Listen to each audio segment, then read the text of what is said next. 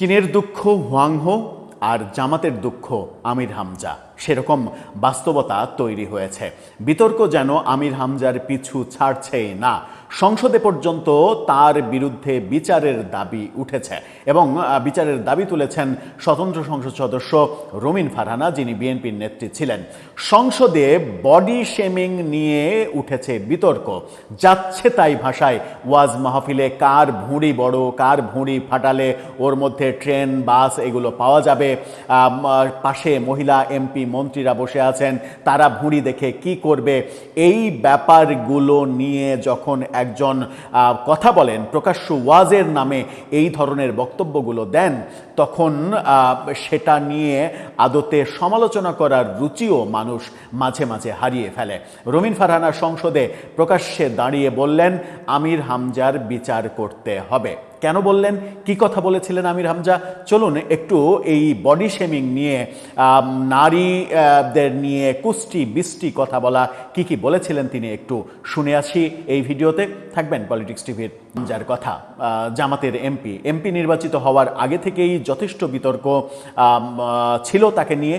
এমনকি ওই জামাতের রাজনীতি শুরু করার আগে থেকে, মানে আনুষ্ঠানিক শুরু করার আগে থেকে, তিনি তো জামাতের রাজনীতি করেনি, আনুষ্ঠানিক শুরু করার আগে থেকেই তার বিতর্ক। যদিও একটা সময় ওয়াজ মাহফিলে তিনি প্রকাশ্যে বলেছিলেন যে সবাই, মানে অনেকে বলে আমি জামাত, আরে কুষ্টিয়ায় যায় দেখে আসেন, আমার 14 গোষ্ঠী আওয়ামী লীগ, আমার দাদা ছিল আওয়ামী লীগের এমপি, আমার নানা ছিল আওয়ামী লীগের মানে চেয়ারম্যান, এমপি না চেয়ারম্যান, এটা ওটা বলে তিনি যে একনিষ্ঠ আওয়ামী লীগ করেন সেই বক্তব্য তিনি দিয়েছিলেন। সেগুলো এখনও ভাইরাল হিসেবে সামাজিক যোগাযোগ মাধ্যমে পাওয়া যায়। এবার তিনি সংসদে তার ডানে বামে ভুঁড়িওয়ালারা বসে আছে এবং তার ভুঁড়ি কত বড় সেই বর্ণনা দিচ্ছেন ওয়াজ মাহফিলে। এবং মহিলা সদস্যদের নিয়ে, রুমিন ফারহানার নাম নিয়ে, ফারজানা শারমিন পুতুল, সাবেক মন্ত্রী ফজলুর রহমান পটলের মেয়ে, যিনি সমাজকল্যাণ প্রতিমন্ত্রী হয়েছেন, তাকে নিয়ে যে যাচ্ছে তাই মন্তব্য, এগুলো শ্রবণ অযোগ্য। যতই শ্রবণ অযোগ্য হোক না কেন, সেই ব্যাপারটা একটু আমাদের জানা দরকার যে তিনি ওয়াজে কি বলেছিলেন। শুনে আসুন একটু তিনি ওয়াজে কি বলেছিলেন। ডাইনে বামে আমার এমন ভড়ি আলা লোক আমি পেয়েছি, যেগুলো সিরিয়াল করা থাকে আগে থেকে, কে কোথায় বলবে আমরা জানিও না। আল্লাহর ইশারা ভেতরে যে দেখে আমার ডাইনে বামে সব ভড়ি আলা, এমন বড় বড় ভড়ি, আমার মনে হয় ভড়ি ছিললে ওর ভেতর থেকে হয় ব্রিজ কালভার্ট এগুলো বের হবে। মহিলারা ওদের দেখলে লজ্জা পাবে। রুমিন ফারহানা আপা আছে, এরপরে যে মন্ত্রী পটলের মেয়ে আছে ফারজানা শারমিন। এই যে ওয়াজ মাহফিলে ডিরেক্ট তিনি এই সব কথা বলছেন, এই সব কথার যেটা বলেছেন, তিনি কি বলেছেন ভিডিওতে আমির হামজাকে বলতে শোনা গেল কি, রুমিন ফারহানা আপা আছে, মন্ত্রী পটলের মেয়ে আছে ফারজানা শারমিন, আমার ডানে বামে এমন ভুঁড়িওয়ালা লোক পেয়েছি, যেহেতু এগুলো সিরিয়াল করা থাকে আগে থেকে, কে কোথায় বসবে আমরা জানিও না। আল্লাহর ইশারা ভেতরে গিয়ে দেখি আমার ডানে বামে ভুঁড়িওয়ালা, এমন বড় বড় ভুঁড়ি, আমার মনে হয় ভুঁড়ি ছিঁড়লে ভেতর থেকে ব্রিজ কালভার্ট বের হবে, মহিলারা ওদের দেখে লজ্জা পাবে।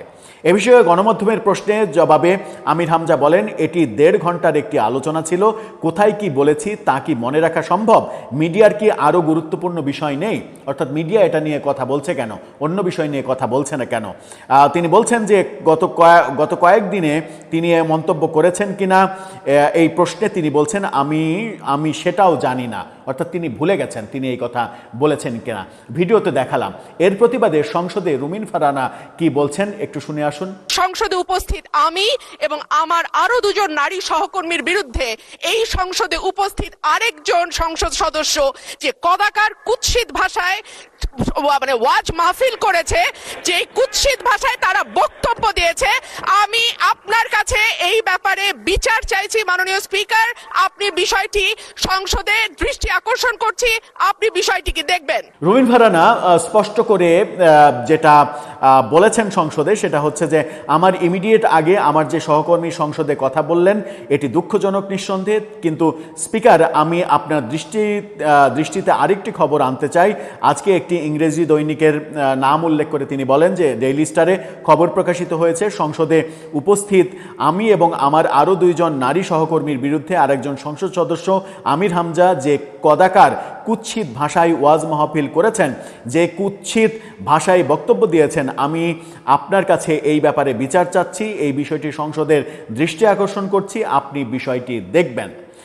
এই কথা রুমিন ফারহানা বলেছেন এবং রুমিন ফারহানা যেটা বলছেন সেটা হচ্ছে, সেটা নিয়ে আবার গণমাধ্যমে ব্যাপক খবরও হয়েছে। এই শিরোনামটা দেখে নিন।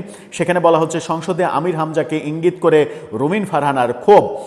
সেই ক্ষোভের পর গণমাধ্যমের সঙ্গে কথা বলাতে রুমিন ফারহানা বলেছেন, এই মন্তব্যটি 2 দিন আগে আমার নজরে এসেছে, তার অতীত রেকর্ড বিবেচনায় এটি কোনো ব্যতিক্রম নয়।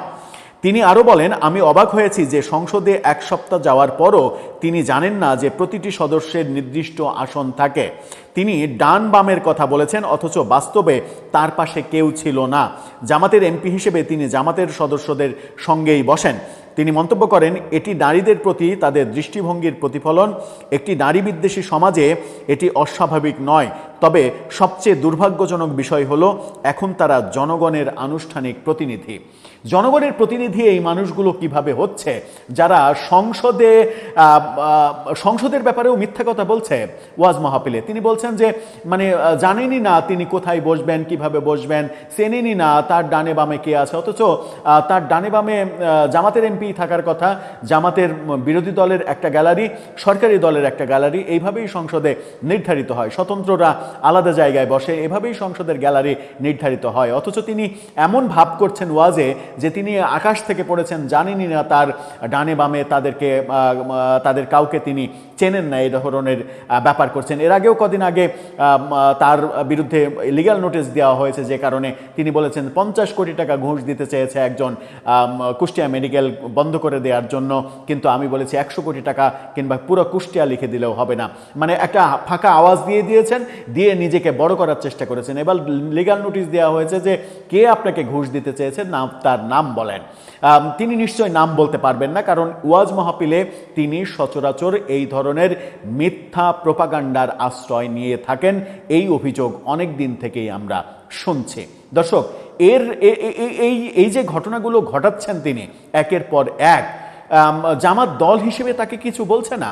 এটা যে জামাতের সম্মানহানি করছে, জামাতের ইজ্জত নষ্ট করছে, এবং এই মানে ওই যেটা বলছিলাম যে চীনের দুঃখ ওয়াং হো আর জামাতের দুঃখ আমির হামজা, এই আলোচনা সামাজিক যোগাযোগ মাধ্যমে ছড়িয়ে পড়েছে। এতে করেও কি জামাতের টনক নড়ছে না যে এই ব্যক্তিকে থামানো দরকার, কিংবা তাদের দলীয় ভাবমূর্তি রাখতে প্রয়োজনে এই ব্যক্তিকে বহিষ্কার করা দরকার?